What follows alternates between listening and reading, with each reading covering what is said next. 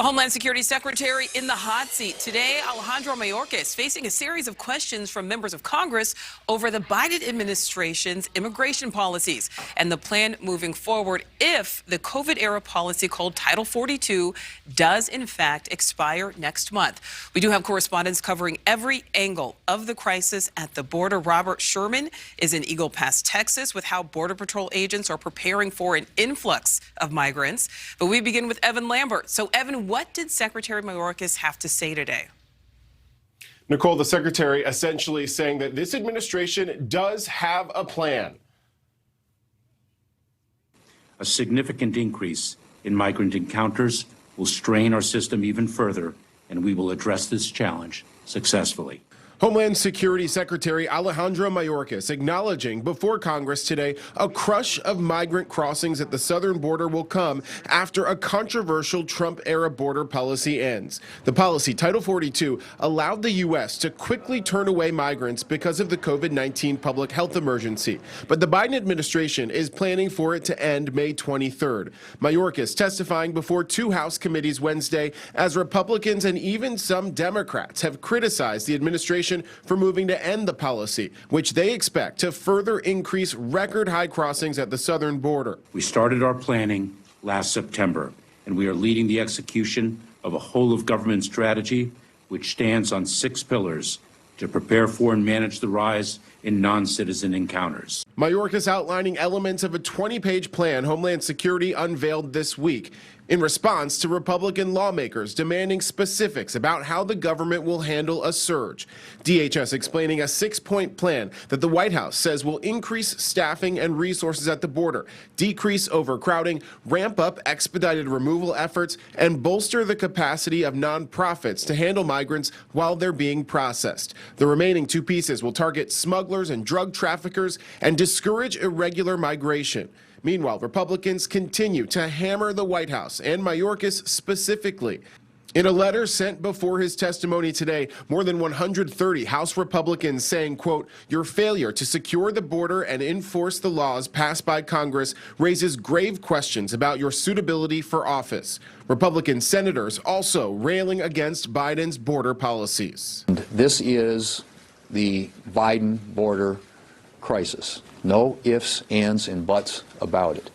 There has never been a more direct correlation between a set of policy decisions and consequences resulting from those decisions than what we've seen at the border.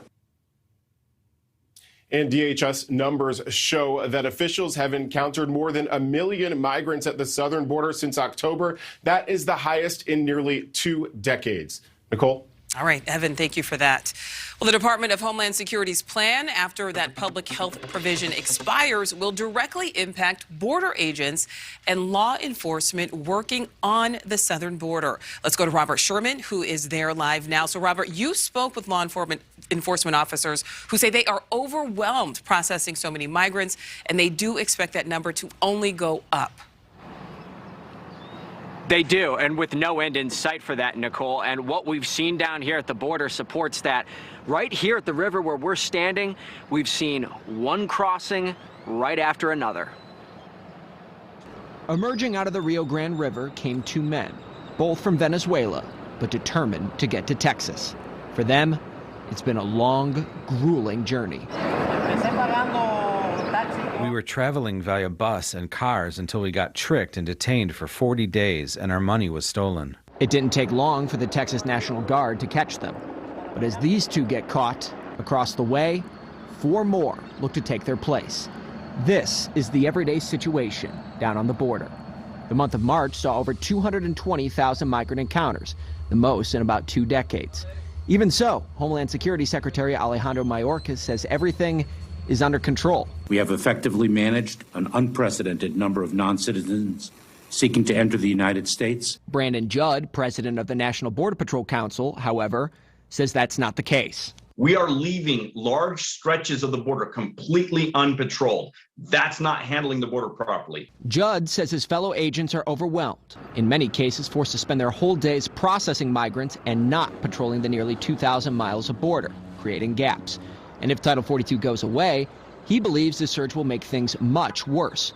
At the local level, Sheriff Tom Schmerber of Maverick County is also waiting anxiously to see what happens, as migrant encounters in the Del Rio sector are up 184% this fiscal year.